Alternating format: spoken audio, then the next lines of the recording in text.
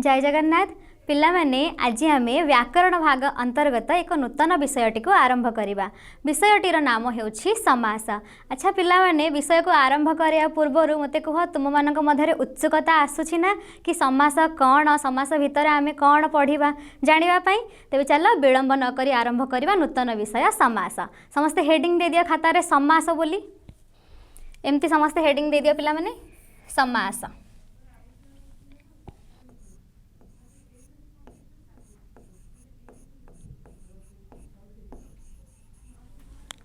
समास क्या कह जाए? एक पदीकरण को समास बोली कह जाए। देख पिला माने विभिन्न प्रकार पद थिबो, सेही पद मानकर परस्पर मध्य संबंध थिबो किंतु अलग अलग होइकी थिबो पद गुड़िक। सेही पद गुड़िक जेतेबेले आमे एकाठी करबा ताहाको आमे समास बोली कहिबा। तेबे समासर संज्ञा बा परिभाषा लेख।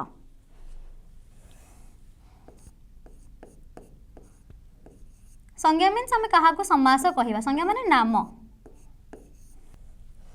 लेख परस्पर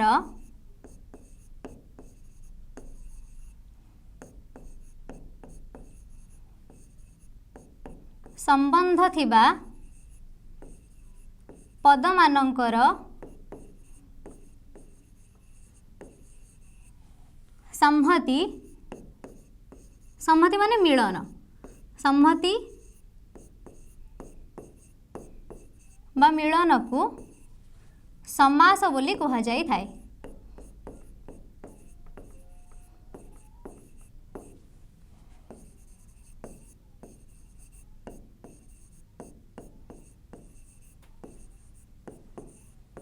परस्पर संबंध थिबा पद मानकर संहति बा मिलन को समास बोली कह जाई थाए। आ गोटे जिनस लिखि दियो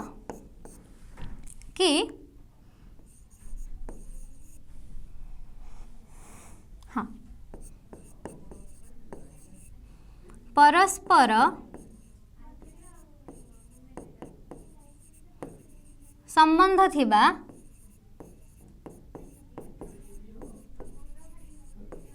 पद मानकर भाव बा अर्थ को नहीं समास करा जाई थाए।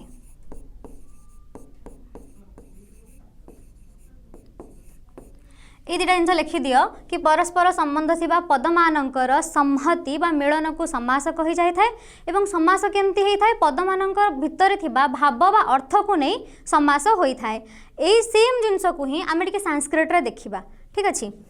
लिखि दियो।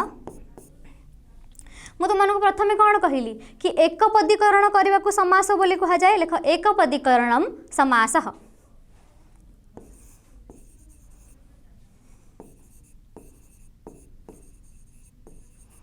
एक पदीकरण कौन पिला माने मु बुझेबी।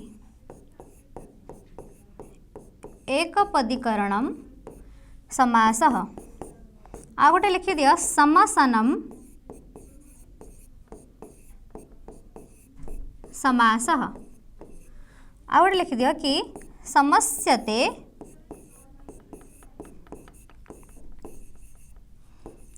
अनेक पदम इति समास।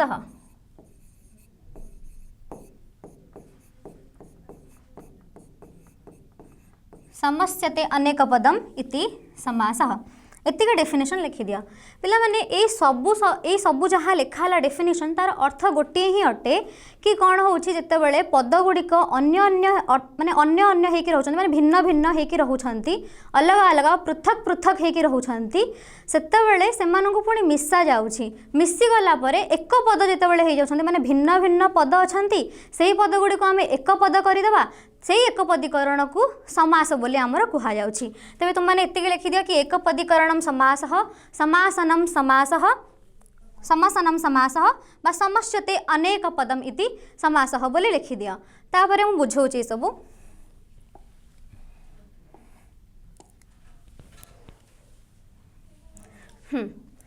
देख पिला माने गोटे उदाहरण देख तुमे बुझी जीव कि मु एक पदीकरण काहाको बोली कहली।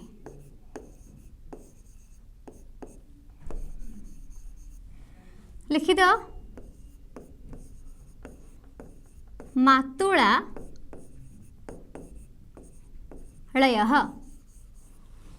मातुळालयः मातुळालय माने कौन मामू घर एटा कौन अटे समास गोटे अच्छे माने एटा समस्त पद अटे समास ऑलरेडी हो जाइए एटा समस्त पद अटे वर्तमान आम देखा कि केमिति विभिन्न विभिन्न भिन्न भिन्न होगी थिबा पद तार एककरण केमती करा जिवो से जिनसटा आम देखा लेख मातुळस्य आलयः मातुळस्य आलयः देख पिला माने एटी मातुळस्य बोली गोटे पद अछि आलयः बोली गोटे पद अछि माने मातुळस्य माने मामुंकर आलय शब्दर अर्थ होछि पिला माने घर जेमति विद्यालय माने विद्यायाः आलयः माने विद्यार घर आलयर अर्थ हेउछि घर विद्यायाः माने विद्यार सेमति मातुळस्य हेउछि मामुंकर आलयः माने घर तो मातुळस्य आलयः मिसिकी कौन हो गला मातुळालयः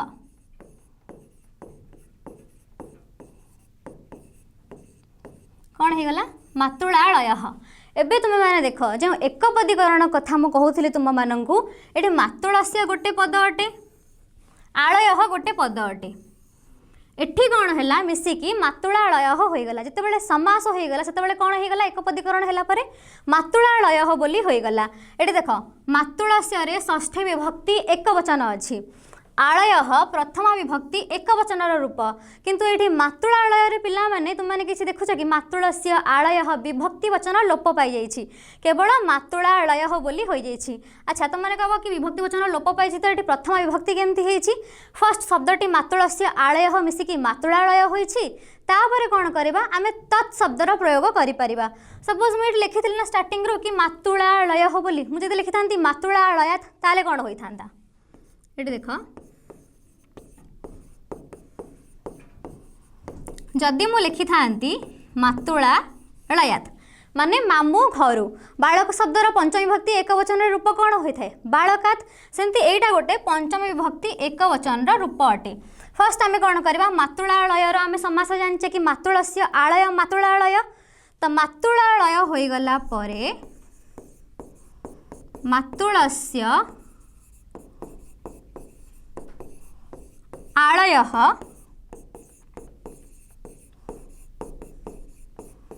मातुळालय होइगला परे कौन होउछि ना तस्मात् लगे दबा जेतेबेले तस्मात् सेतेबेले हे जिवो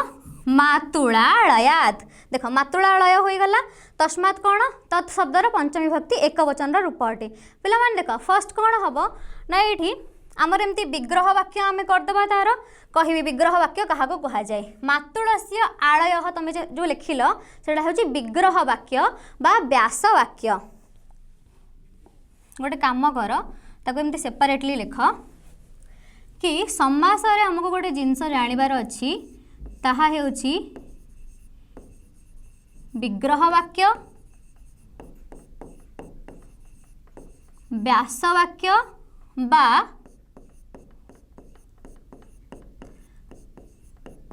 समस्यमान पद ठीक अच्छे तापर जाइकी एठी जहाँ बाहर ताकू नहीं समासटी होता है समासर गोटे पद दि जाइए जमी मातुळालय दिगला से कौन समस्त पद अटे ये ताकू भी लिखि दियो कि हाँ ये लिख समस्त पद लिखिकी लिख मातुळालय जमती लिखुची पिला माने सेमती ही डिटो लिख आ समास देखिकी डरबनी सबू जिनस पिला माने टाइम टेकिंग टाइम माने समय सब जिनस को दबाई पड़े धीरे धीरे हौ हौ बुझा बहुत सारा चैप्टर अच्छे आम पढ़ु पढ़ु समास जाणीजा जमी कारक विभक्ति जानिले प्रकृति प्रत्यय जानिले संधि जानिले सेमती समास आम जाणीजा तेज देख मातुळालय आमको दि जाइए गोटे समस्त पद माने समास ऑलरेडी हो जाइए क्यों समास हो कहबी व्यस्त हुअनी अधैर्य हुअनी देख मातुळालय गोटे समस्त पद दि जाइए समस्त पद माने समास ऑलरेडी हो जाइए तार विग्रह वाक्य बा व्यास वाक्य बा समस्यमान पद कौन मातुळालय माने मामू घर मामूंकर घर मामू घर बोली आम कहवा तो आम से जिनसटा को संस्कृत रे कौन लिखुचे मातुळस्य आलय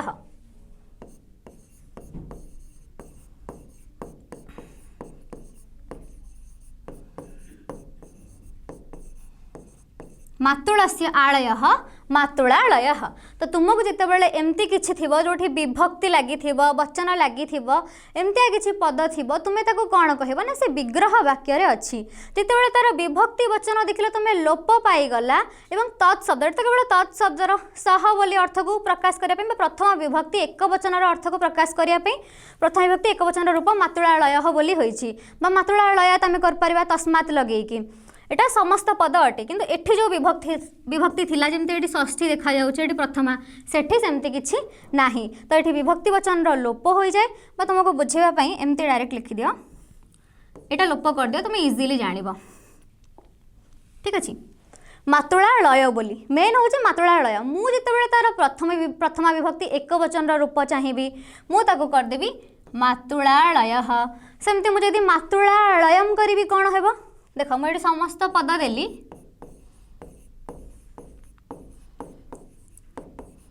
मातुलालयम सही सेम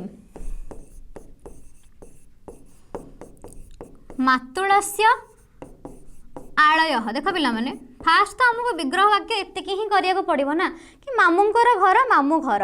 ये कौन बुझाऊँ मातुलालयम माने मामू घर को जमी तुमको भी विद्यालयम माने विद्यालय को बालक विद्यालय गच्छति माने बालकटी विद्यालय को जाउछि बा राम मातुलालयम गच्छति माने राम मामू घर को जाउछि ये बुझाऊँ मातुलालयम माने मामू घर को द्वितीय विभक्ति एक वचन रूप आमको सही हिसाब रे आकु करिया को पड़िबो सही अनुसार मातुलस्य आलय कौन हो गला मातुलालय हो गला माने मामू घर पुणी मामू घर को केमती करबा तत्शब्द जो अच्छी तुम मानक मु प्रथम कही कि तुम्हें तत्शब्द अस्मत् शब्द जुष्मत् शब्द बालक शब्द ये सब मुखस्थ कर शब्द रूप जो तुम मुखस्थ न कर मुझे तुमको किसी रूप कहूँ सपोज तस्मात् कहूथी कि तेन कहूथी तुम्हें कह मैडम कौन कहते ये सब शब्द रूप अटे सेमती अस धातुर रूप मुझे अस्ति स्तः सन्ति ये सब तुमको शब्द रूप धातु रूप घरे गोटे गोटे करके मन रखा पड़ो घोषिया पड़ो जहाँद्वारा मुझे सब जो कहि तुम्हें बुझीपार ठीक अच्छे पे तो तुम्हें होमवर्क जो दि जाऊँगी तुम्हें सीरीयसली नियो आ शब्द रूप धातु रूप को देखु था मातुलस्य आलयः तत्शब्दर द्वितीय विभक्ति एक वचन लगेदेवी तम अच्छी ना सह तौ ते प्रथम विभक्ति द्वितीय विभक्ति तम तौ तान तो मातुलस्य आलयः तम लगेदेली हेगला मातुलालयम एटा मातुलालयः मुझे यदि वर्तमान मातुलालय न करदेवी देखा कौन होची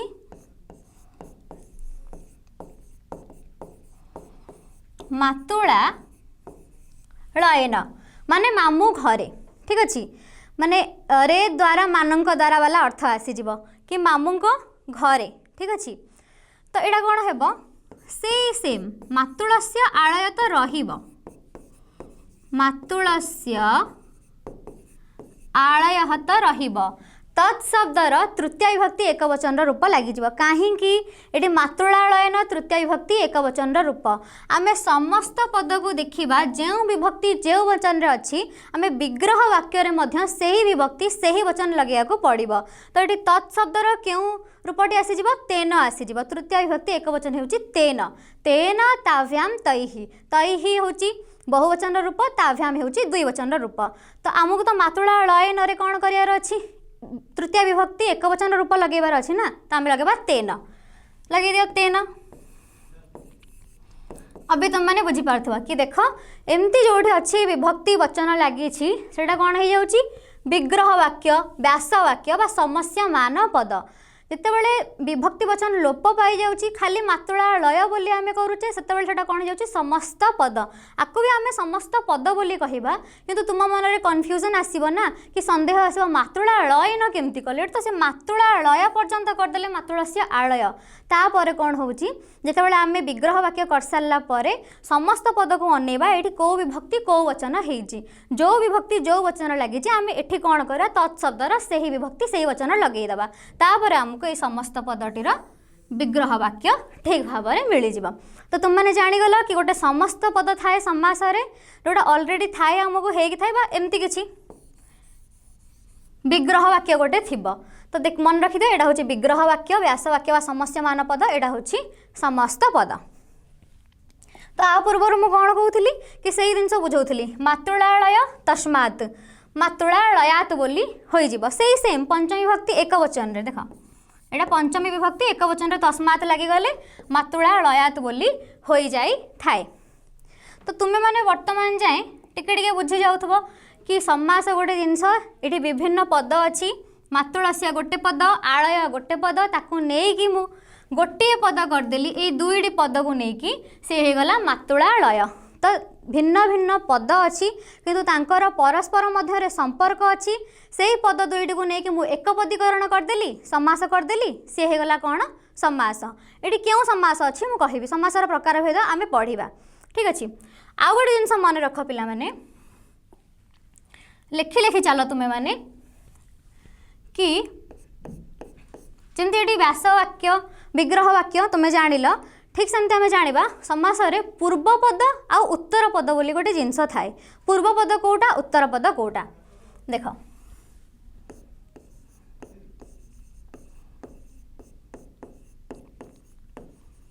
मातुलस्य आलयः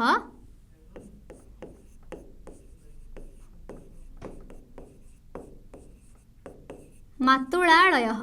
ये देख पिला माने जो मातुलस्य अच्छी सेटा हेउची पूर्व पद प्रथम रे अच्छी पूर्व पद उत्तर पद माने पर पद माने पूर्व पर जी आसे ताकू आम पर ही कहू ना बा पर पूर्व जी आसे से तो पूर्व है। तो ये हेउची पूर्व पद ये हेउची उत्तर पद बा पर पद कौन एटा उत्तर पद बा पर पद। आपको कहया पछरे कारण कौन पिला माने आम जो समास पढ़ू समास को जानापी आमको पूर्व पद उत्तर पद जाना पड़ो कहीं समास एमती थाए कि जो पूर्व पदर प्राधान्यता थाए से गोटे अलग समास हो जो पर पदर प्राधान्यता थाए से अलग समास हो प्राधान्यता दृष्टि समास होता है। तेणु आम पूर्व पद कोटा उत्तर पद कोटा जाना उचित। तो तुमने मन रख जोटा फर्स्ट आसब ये लिखिदि फर्स्ट बा प्रथमे प्रथमटी को आम कह पूर्व पद तापर जी आसला द्वितीय सी हो उत्तर पद। सपोज जदि आउ किछि भी थिबो तो सी उत्तर पद ही हम तो प्रथम द्वितीय पूर्व पद पर पद। एबे मते कह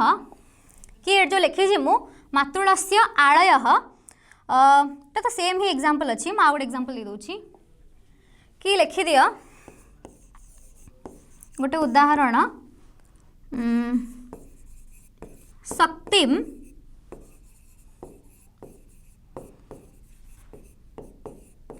अनतिक्रम्य शक्तिम अनतिक्रम्य ठीक अच्छे। तो एटा गोटे पद एटा गोटे पद आ भितर पूर्व पद कोटा एवं उत्तर पद कोटा कह जे प्रथम आसला से पूर्व पद जे लास्ट आसला से उत्तर पद। तेबे शक्तिम हेउची पूर्व पद अनतिक्रम्य हेउची उत्तर पद ठीक अच्छे। तो तुम्हें माने वर्तमान जाए क्लीयर थी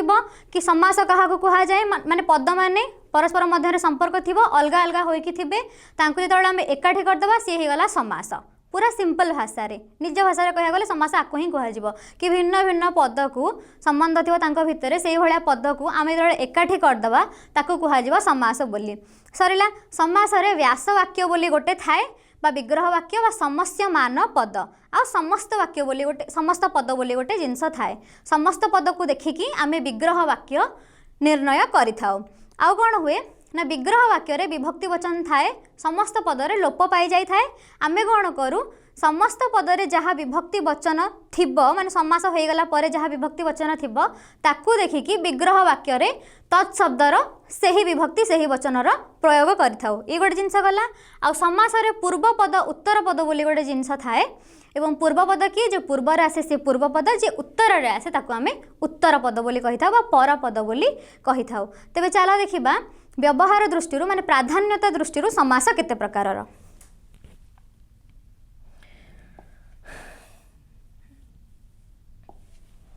लिखि दिया समासर प्रकार भेद समासर प्रकार भेद ठीक अच्छे। लेख प्राधान्यता दृष्टि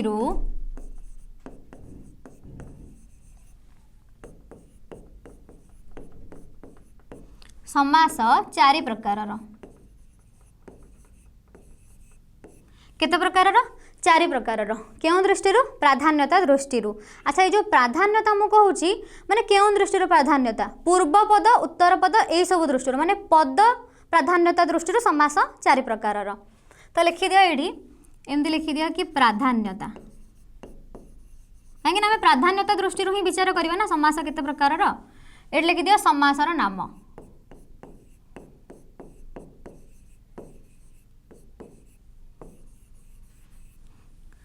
ये दे दियो पॉइंट आई बा 1 देख प्राधान्यता फर्स्ट पूर्व पदर प्राधान्यता थिबो तापर लिखि दियो मुझे लिखुची जो सिक्वेन्स रे माने जहाँ परे जहाँ तुम्हें माने मध्य सेमती लिखि लिखि चल आ टोटली डर माने जहाँ भी डाउट आसची कमेंट सेक्शन रे पचारि दिया आंसर सबरो मिली जिवो।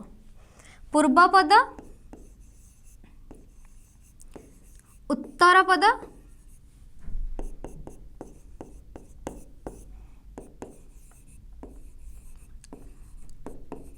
उभय पद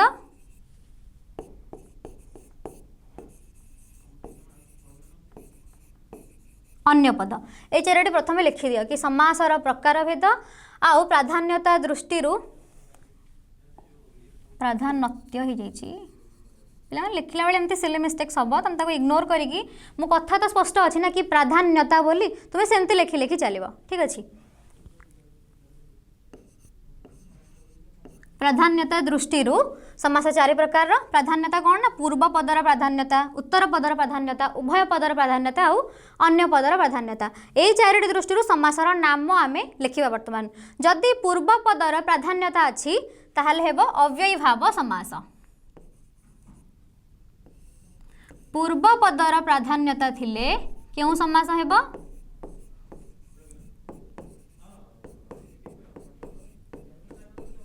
अव्ययी भाव समास। उत्तर पदर प्राधान्यता थिले तत्पुरुष समास।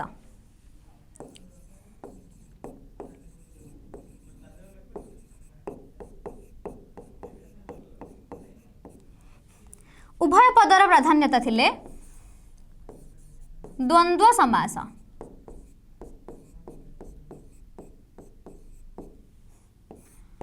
अन्य पदर प्राधान्यता थिले बहुब्रीहि समास। बहुब्रीहि समास लिखि दिया बहुब्रीहि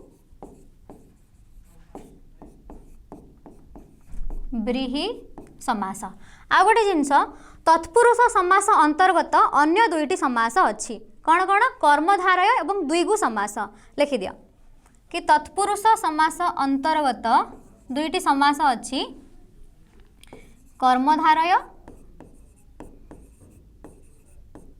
समास एवं द्विगु समास। तो मेनली केतेटा हो गला प्राधान्यता दृष्टि चारि प्रकार कर्मधारय सॉरी तत्पुरुष भितर पुणी दुईटा आसला कर्मधारय और द्विगु ताले 6 प्रकार हो गला। तो वर्तमान तुम्हें मैंने लिखि दियो कि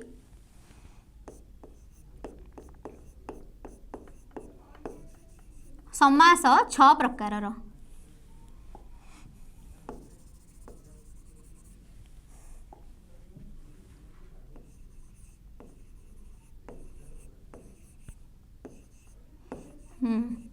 कौन कौन एक नंबर लिखि दियो अव्ययी भाव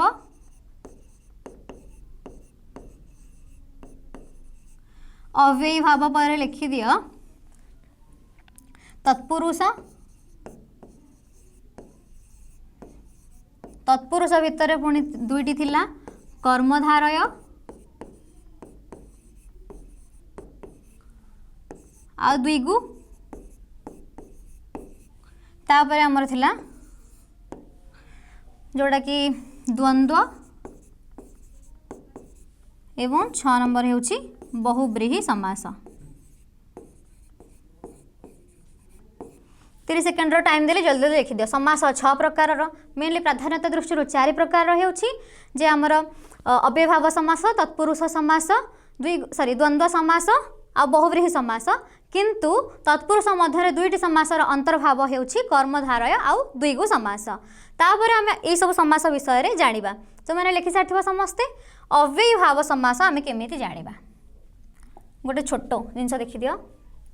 पूर्वपद प्राधान्यता थिले आमे अव्ययी भाव समास बोली जानिबा। देख पिला माने फर्स्ट कौन हम आमर निपात थाए, निपात माने अव्यय, ठीक अच्छे तुम शुणुव कि उप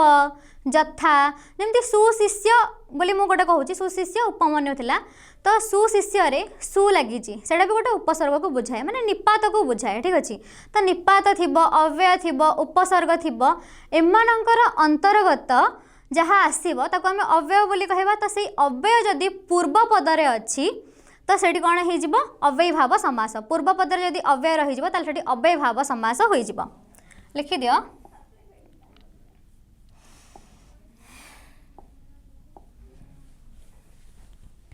फर्स्ट हेडिंग दे दिया कि अव्ययी भाव समास।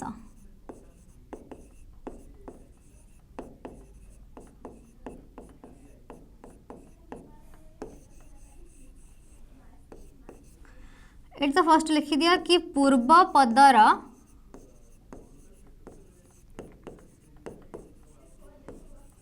प्राधान्यता थाए, आउ लिखि दिया कि निपात बा अव्यय बा उपसर्ग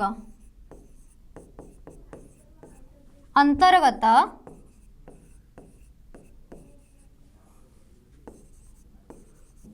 पद पूर्वरे थाई समास हेले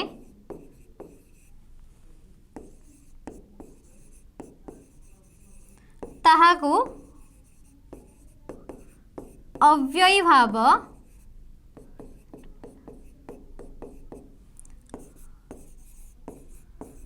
समास बोली कुहा जाई थाए, ठीक अच्छे। तो तुम मैंने केमती जान अव्ययी भाव समास से गोटे कौन है ना पूर्व पदरे मैं देख फर्स्ट आम व्यास वाक्य तार निर्धारण करवा गोटे समास आम ने उदाहरण लेख यार ही उदाहरण लिखि दियो।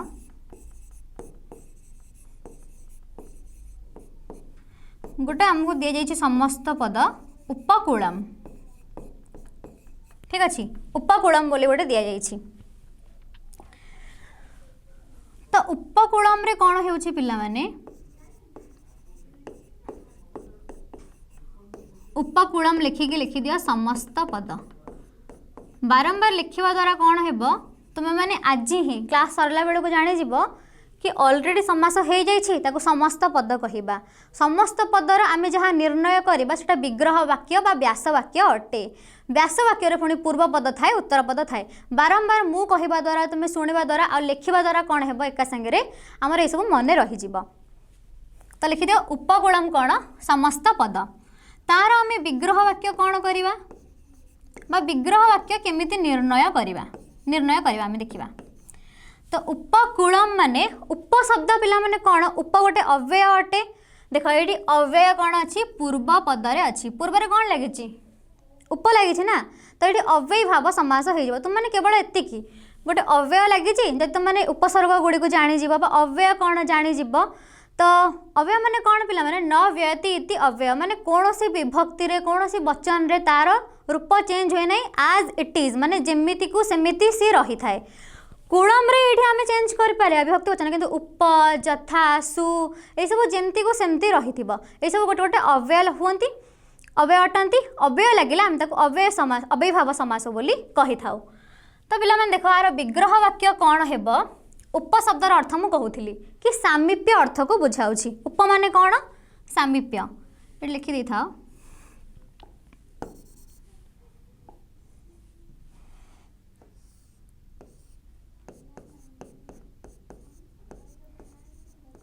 उप क्या बुझाऊँगी सामीप्य बा निकट अर्थ को बुझाऊँगी। तो उपकूलम माने कौन कूल पाखरे बा कूल निकटवर्ती यही अर्थ को बुझाऊँगी। आम तार विग्रह वाक्य कौन करवा कूलस्य समीपम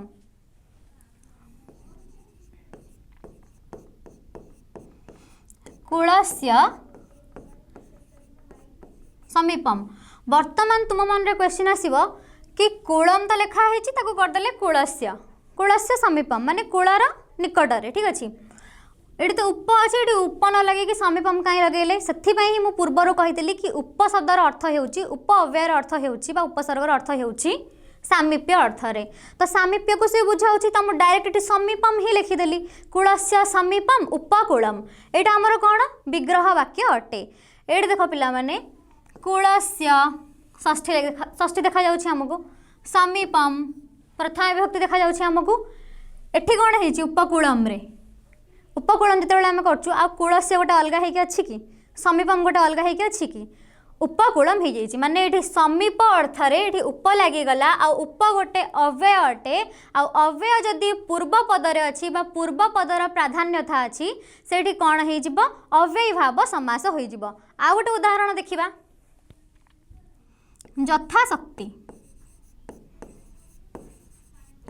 यथाशक्ति कौन अटे तुम्हें मत कह यहाँ यथाशक्ति यहाँ कौन अटे मत कह यहाँ तुम विग्रह वाक्य अटे ना तुम यहाँ कौन से विग्रह वाक्य अटे ना समस्त पद अटे ये दुटा भितर कौन हम कह समस्त पद हे ना विग्रह वाक्य हे तुम्हें मैंने भाव ये कौन पद गुड़ाक अलग अलग होती कि ना अलग अलग होती था कौन होता विग्रह वाक्य जमती ये कूलस्य समीपम मिसिकी अच्छा समास हो जाइए माने कौन अटे समस्त पद।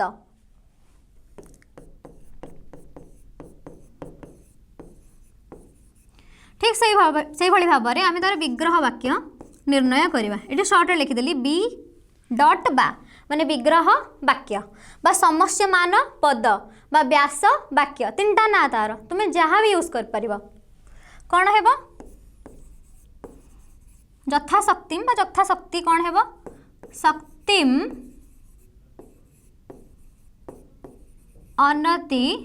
अनतिक्रम्य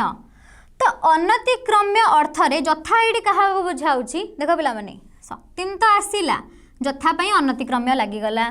कूलम तो आसला कूलस्य होगी समीपम ये कौन होती उप समीपम लगिगला तो अनतिक्रम्य अर्थ रे माने शक्तिम अनतिक्रम्य माने शक्ति अनुसार यही अर्थ रे कौन होगला जथा नामक अव्ययर प्रयोग होगला पूर्व पदर प्राधान्यता अच्छी ये शक्ति रहा ना तो शक्तिम प्राधान्यता अच्छे यहाँ पूर्व पद यहाँ हूँ उत्तर पद पूर्व पदर शक्तिम अनतिक्रम्य कूलस्य पूर्व पदर जथा ये उप प्राधान्यता अनुसार अव्ययी भाव समास होता है जदि जानवा तथा बुझा कष्ट लगुच एतिक मन रख देख जथा गोटे निपात बा अव्यय से भाव में उप गोटे कौन हो अव्यय तो अव्यय लगिला अव्ययी भाव समास होगला एति तो मन रखिपर ना कि पूर्व पदर प्राधान्यता अच्छी से कौन हो अव्ययी भाव समास आठ कौन हो अव्यय गोटे व्यवहृत होती जापर आ गए पे अर्थ देख उप जो लगी तो मैंने उपर अर्थ ये मुझे कौन कहली सामीप्य कहली समीप अर्थरे किंतु जदि मुझे करदेवी उपराष्ट्रपति बा उपकूलपति सेठी हेनी अव्ययी भाव समास कहीं हेनी देख पिला माने जितेबाला मुझे लिखुची यहाँ लिखिबिनी उपराष्ट्रपति उपकूलपति लिखले तुम मन रही लिखा दरकार नहीं केवल बुझ कि उपराष्ट्रपति उपकूलपति ये गोटे अधस्तन व्यक्ति विशेष को बुझाऊँगी माने राष्ट्रपति तले अच्छा उपराष्ट्रपति बा उपकूलपति अच्छा कूलपति से नुहति किंतु तांकर अधस्तन व्यक्ति विशेष को बुझाऊँ उपकूलपति से समीप अर्थ आसुनी एठी उपकूलम कूल से समीपम ये समीप अर्थ आसूची बा उपनगरम नगरस्य समीपम सह उपनगरम गच्छति माने से नगर पाखक जाऊँगी तो नगरस्य समीपम गच्छति आम लिखिपर बा आम इच्छा है आम समास कर समास पिला माने इच्छा अनुसार विवक्षा विवक्षा माने इच्छा इच्छा अनुसार होता है आम ताकू नगरस्य समीपम भी लिखिपर लिखिद ये एग्जांपल से भी अव्ययी भाव हम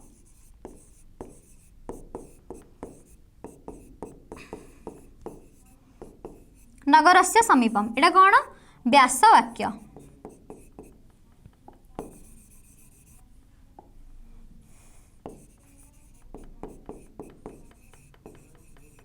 बा विग्रह वाक्य उपनगरम मो इच्छा है मुझे कह नगरस्य सह नगरस्य समीपम गच्छति बा समास करदेली उपनगरम गच्छति। समास करवा द्वारा टिके इजी कौन हो जाउछि कि एडा एते जो दीर्घ होउछि सेमती हबनी उपनगरम जस्ट गोटे शब्द हो गला आ एठी विभक्ति वचन लोप पाइकी उपनगरम हो जाउछि पण आमे तत् शब्दर प्रयोग करिकी तत्तद विभक्ति करि परिबा। जदि आमे एठी कोन कर दबा जमती एग्जांपल देइथिली कि सेठी मातृळा लयात थिला पंचमी थिला पण तत्शब्द आम तस्मात् लगेदेला ठीक से भाई एठी भी आम कौन करवा व्यवहार कर। तो तुम्हें मैंने बुझीपार कि ये सामीप्य अर्थ रे ऊपर प्रयोग करा जायछि अव्यय भाव समास रे पूर्व पदर प्राधान्यता रही थाए एवं पूर्व पदर कौन थी अव्यय गोटे थी तो से आम जानी जाऊे।